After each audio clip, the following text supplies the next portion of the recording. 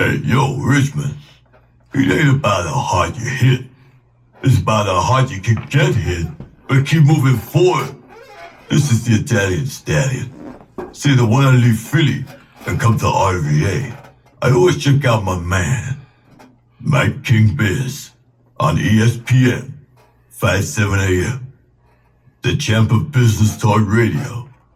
Emp, the man.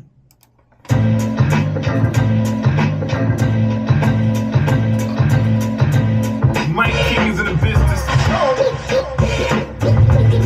Mike King is in the business. Mike King is in the business. Mike King is in the business, man. Ladies and gentlemen, welcome back to On the Mic with Mike King here, part of the Mike King Biz Media Network, which is ESPN Richmond 106.1 International Business Coach Radio, the Hounds of Business Community, as well as CW Richmond TV. Alrighty, so what we do is we talk to the best and brightest folks who are out there making a difference. Alrighty, so there's a group I ran into. I'd never heard of them. Mission GAIT Foundation. David Lawrence is here. Welcome to the program, sir. Thank you. Happy to be here. So now, we just started this interview. We can leave now because it's done. Just two pencil neck geeks here talking. I say that to people. They don't even realize. Remember Freddie Blassie? Yes. And he used to call us pencil neck geeks. Yes. There it is. Two guys from Pennsylvania here. Yep. Tell folks who you are and what you do. Yeah, I'm a physical therapist, 30-some years here in Richmond. Started here in the VA system. Came here on a service obligation to the McGuire VA. Shout out, we go to the VA right now. Shout out to, we go to the one in Henrico now. They opened, we used to go to the Blue Clinic. There it is. There it is. Well, I came here. That's how I got here. But my came out right during the Desert Storm era. And there was a big influx of guys coming back with major problems, trauma issues. And so I got very interested in complex gait issues. How do we help someone who didn't just sprain their ankle, but they may not have an ankle, may have been amputated, they may have been reconstructed with pins and rods and things like that, may have had a neurologic problem, a young kid with Guillain-Barré. It's kind of a neurologic problem possibly associated with something he was exposed to in the military over in the Middle East. So that's the kind of thing I got interested in. So I've built a career with that through the years, and about 7 years ago, in 2016, I started the Mission GAIT Foundation. That really is a foundation to say, how do we educate more people to help these guys and girls and young people and older people that have these more complicated gait issues? Because when people think of physical therapy, they ain't thinking about you. No. Really, in today's environment, it's all about spine and sports. You know, I've tweaked my ankle, I sprained my knee, I hurt my shoulder a little bit. I'm going to go get physical therapy. But physical therapy was originally, it's really a post-World War II phenomenon when it really became quite large. And that was because so many guys coming back with major problems. Oh, really? The field has become much more spine and sports because of economics. You make more money. If Mike, you came to me and had an ankle sprain, I could put you and a bunch of other guys in there and help you and bill all of you for physical therapy. Let's say another guy comes to me and has lost his leg. I'm going to have to spend all my time on him. But I can only bill him the same thing I bill you as an ankle sprain patient. Well, you were able to do, from the business standpoint, the ankle sprain works, you can work with a number of us at the same time. Correct. And so economically, our field doesn't promote working with more complex patients. It used to, but it doesn't now. And that's why you see spine and sports popping up everywhere, and more complex gait areas or complex care issues, less and less and less. So when people talk about gait, that's your walking pattern style. That's what we're talking about, GAIT. There it is. It's G-A-I-T, G-A-T. It's not the garden gait. It's walking. In healthcare, what we call ambulation. That includes running, any form of movement from one place to another. I want to get from here to there. And that's the number one people come into therapy in our entire country complaining of. I'm not walking very well. I'm not getting where I want to get to. I need to get up. I need to be able to move. And yet, believe it or not, even though over 20 million different people report that they have gait-related issues just in our country alone, and there's 200 and some thousand physical therapists in our country, so we have plenty of PTs. But there is no certification in gait, the most fundamental thing people need to know until now. May of this year, we rolled out the first ever GRS, Gait Rehabilitation Specialist. We have specializations in physical therapy, in neurology, orthopedics, gerontology, pediatrics, cardiopulmonary, but not the most fundamental thing people want to do. That was, I want to walk from here to there again. You know, I want to get in the backyard and play catch with my grandson. I want to go for a walk with my spouse. But I can't do that because I have neuropathy, or I have limb amputation, or I have had a stroke or Parkinson's. How can I walk again and do those things I want to do? And that's extremely important for us, that we gain and build, and that's what we started in 2016, was to build a certification program that will become, hopefully, a national standard of care that never existed before in our country. Because when we think about it, it really is getting from here to there.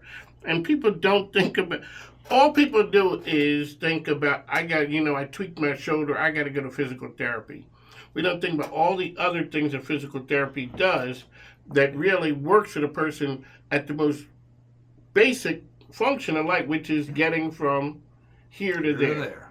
Here or there. And how many people want to do that? As you know, we talked earlier about my background in sports medicine. So it was about being, I want to run from here to there. But once I started getting on with these guys from the VA, I realized, well, they want to run again, sure. But they got to start with, can I walk from here to there? And then consider, can I run from here to there? Okay, what was the idea? A lot of people have dreams. Really quickly, tell folks how they can get information about Mission GAIT.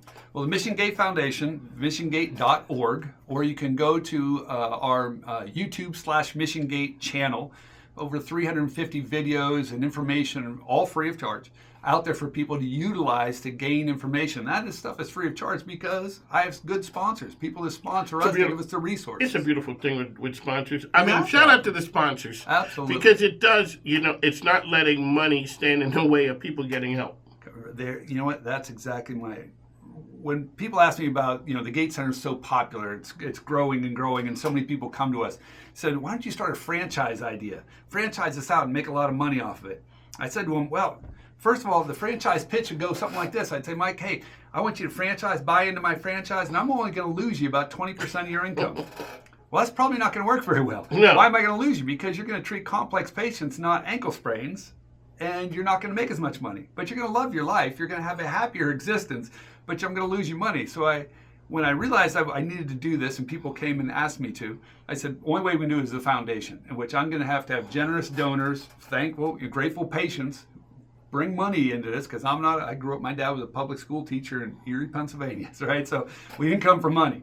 And but I had the resources up here and what to do and how to do it, but it's just a matter of having the resources financially. And so generous donors have come behind us and put money into this and say, hey, this is making a difference, because money shouldn't be the reason why people can't get the information. And that YouTube channel proves that that's true. And this is the internet used for its best purpose, right? We can get you information, and we have people using this over in 179 countries now. It's around 4 million views all over the world, utilizing this information to say, because if you can't walk here in Richmond, Virginia, or you can't walk in Philly, or you can't walk in Taiwan, Sam can't walk. Exactly.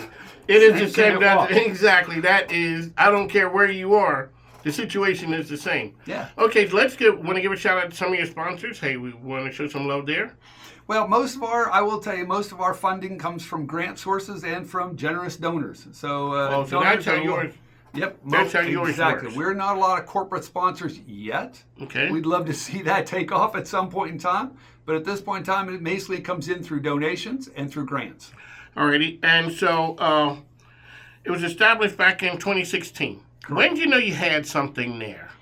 Oh gosh, I knew we had something there probably back in the 90s when I moved here. There was a need in this area, and I could tell it. I was asked to speak all around the country and all around the world on this topic. And I'd go back a couple years later to that same place, give that same speech, and nothing had changed. No one had done anything with it. So I realized there is a need here, but we're throwing a pebble in the ocean over and over again. It's not making any difference. And that's when I knew someday something like this was going to be necessary. I didn't have the resources. God hadn't paid that path for me yet. But I'm telling you what, when it came out to where the timing was right and I knew we could do something with this, the resources came through.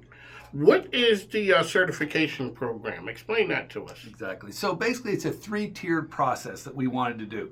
So if you're going to get really into this, you might get kind of into it, and you'll help some patients. You might get really into it and really help patients. You may get really, really into it and help educate the next generation. So the first is a CEU course. That's a weekend course. You come to this for a 2-day course or a 1-day hybrid course, and you learn things as a physical therapist or a trainer of some sort, an educator or a doctor, practitioner, prosthetist or orthotist, and you can help people. Then GRS that I mentioned earlier, that's GAIT Rehabilitation Specialist. Then if you want to go farther, you can enter this program, and it's an online program that could take you anywhere from a few up to a year and a half, 18 months to complete this certification program. Okay. Then you go on a database of providers. Now you can say, hey, I'm in Birmingham, Alabama, but I'm a GRS certified. Because one of the questions I'd always get is, do you know anyone in Birmingham? Do you know anyone in Altoona, Pennsylvania? You know anyone somewhere else? Well, I don't, unfortunately, that knows it. Now I could say we do. And then level 3 is our advanced certification, where you come and do hands-on training, and then eventually you become an educator. You are one of the people teaching the courses. David's here with on the mic, RVA's Best Business Radio. We're business-ish. Sir, physical therapy is an honorable profession. It is. It's honorable. And you tell someone, I'm a physical therapist, and people be like, wow, that's great. But then you tell them what you're doing, that part of physical therapy, and when does the look of shock or, show up? Because this is nothing like a person, the average person John Q. Public knows. We know the physical therapy. We go there a number of times. We don't know whether it works or not. But we lay up there and we rotate this and we pull and we get those bands maybe, and then we're done. It either worked or it didn't. You're talking about some serious stuff here, which is, walking totally, right? Or maybe a person has an amputation or something. When does the look of shock come on people's faces when you tell them what you do? Yeah, well, it's interesting because two things, my mind jumps to two things real quickly. One, once I became a physical therapist, I didn't know I'd become the resident health expert for everyone I know. So if I go to a party and someone says, "Oh, you're a PT," you know what? My shoulders kind of bothered me. So then when I was young, I made the mistake saying, "I'm a physical therapist, sports physical therapist." And oh my gosh, they'd start lining up at the party. Right? You're a popular guy. I'm suddenly a popular guy, and I do this for a living. I don't want to do it at this party. But so then I lead with, we're probably in complex care to deal with patients with limb amputation and get them to walking again. And then they kind of go like, oh. Yeah. You're coming, exactly. I was going to pull that one out, and then you start talking serious. It's like, I'm not even going to do that. Yeah. So how do we, out of all of the medical fields that are out there, how do we get the person to go into that field? It's something, physical therapy, or into this part where we're talking about complex issues. Yeah. So I think, first of all, the bigger question, how do you get people into physical therapy? I think there's a lot of demand and interest in want to help. I want to help people. This is not a field I tell people all the time. Students want to come into it. I say, listen, if you're doing this for the money, go into a different field. You'll never get paid for the amount of hours you'll put in. If you're doing this for love of you want to really do this and do it right, okay, I'm with you on that. But you got to understand what that is financially. And if someone's going to talk you into, a huge student debt to come out in physical therapy, it's not going to work out very well because the pay isn't that high. It just isn't for what you get reimbursed. So it just isn't. But then the specialization starts with, at least I'm speaking to the choir. And what I mean by that, if I went to a bunch of bankers and said, I need you to lose some money to do a better job, they'd be like, no, sir, away. Thank you. But if I come to a physical therapist that already has a passion for helping people and say, hey, you might lose a little bit of money, but you're going to love what you do now. Instead of you just running those guys through the table on an assembly line, you're going to spend time with every patient. You're going to know your patient. You're going to help that. You're going to see that patient go from rolling in to walking out. Not overnight, but over time. Then you're gonna. Those people are like, again, not everyone, but a percentage of those people are gonna say, you know what, I'm willing to listen to you, and I think I want to go that route. I'd rather make a little less and do a little bit more for people. And people say, I say, well, gosh, you're not gonna make it. You're gonna, live in the poorhouse. I don't live in the poorhouse. My international side of what we do, where we set up these walking free programs, prosthetic and orthopedic programs around the world. I've been in Port-au-Prince. I just left the Solomon Islands in the South Pacific. You want to see poor? Come with me. Come with me. It's not American poor. No, No, you this don't isn't. understand what poor is. So when I see that, I come back here and say, hey, I can live very comfortably with my 7-year-old Mazda. I don't need a Mercedes. So right? what you're saying is can't walk is the same in all languages. You can't walk is the same in all It languages. does not matter. Yes. And pain is, so when you show up, not only does the American show up who's here, but you just change the course of somebody's life who, it's not like here where you get choices between this and that and this and that, and having money helps you. Yeah. There, you just change the course of somebody's life all because the foundation showed up. Yes. Capacity building. In the United States, we are trying to improve the quality of what we provide because it should be better, and we really should be better than it is on this particular area. But if I'm in the Solomon Islands, I'm taking you from nothing. There was, when we went there was nothing. There is no a bad choice and an average choice. There's no choice. There's no choice. Right? So we are bringing in, for the first time ever, capacity. And if that's going to last, it cannot be a parachute mission. We have to create a center that's going to stay there and be sustainable. There has to be a commitment with the Ministry of Health in the country to educate the people in that area that this will be run by and for those people, not by the Americans that show up as much as they can. So every project I've started, which started in southeast Turkey, right? Again, another Desert Storm related issue. We have a project in Jordan, project in the Dominican Republic, Haiti, Guatemala, Philippines, and our latest in the Solomon Islands. Each one of those was by invitation from that country to say, hey, we are going to get involved from the government level to do what we should do on our end to make this last. Not talk about sustainability, create sustainability. How does the government get somebody who's wise enough to think that that's a problem that needs to be addressed? Yeah, it's wisdom. Maybe is a stretch for a government person. And if you're a government offense. person, No offense, y'all. But I think what happens is self-preservation. You see people out there and go, ooh, this is really affecting the people that vote for me or don't vote for me. If I do this, I can really make a difference in how people vote in the future. So I honestly believe it's usually for self-preservation. And they also look at the issue of someone with a prosthetic limb can get up and walk and work. A person without is a complete burden on society.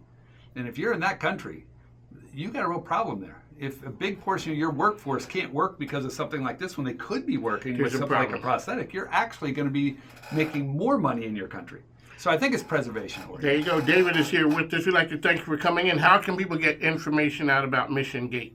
Well, go to missiongate.org. I think you'll love our website. Just came out this year, broken down very specifically into 3 things. Are you interested in the academy and education? Are you interested in patient and caregiver information? Or our Walking Free International sites? You go to that home page, go to one of those 3 things, whatever you're the most interested in. And of course, go to YouTube/MissionGate. All that information is out there at no cost, thanks to generous donors. As I always say, hey, make sure you take care of the sponsors and advertisers because the microphone ain't free and plus my grandkids need stuff. But I always say, changing the world ain't cheap, easy, or free. Yeah, that's right. Money got to change here. You did not fly to the Solomon Islands for free. That is exactly right. So it's because somebody sees something there and it is out to help everyone else. Is there anything else you want to let us know before we take off? No. Anything coming up that we would need to get involved with? Well, we always have events going on in which we're out in the community and doing things, but our Discover Your Possible event will be coming up again this fall. That's a one-day activities and sports event day with our friends over at Sportable. Hunter does a great job. Shout out to Hunter. And we connect with them on showing people what's possible. Because I love the adage of Disabled Sports USA, which is if I can do this, I can do anything. Patients come into us very fearful, but they start doing something, well, I can do this sporting thing? I didn't think I could do that. And I start, well, maybe I can go play catch with my grandson in the backyard, where I wouldn't even thought of doing it because I was afraid of it. So we need to bring people exposure, and that's the biggest thing folks out there, exposure. When you see someone in these situations, don't just thank them for their service, because a lot of them aren't in the military, Yes. But at the same point, just say, hey, wow, that's pretty cool what you're accomplishing there, and they want normalcy. They're not trying to be something different. They're trying to be the person they were before, just getting around on that prosthetic. There you go. On the mic, Mike. I'd like to thank you for tuning in. Thanks. Now take care.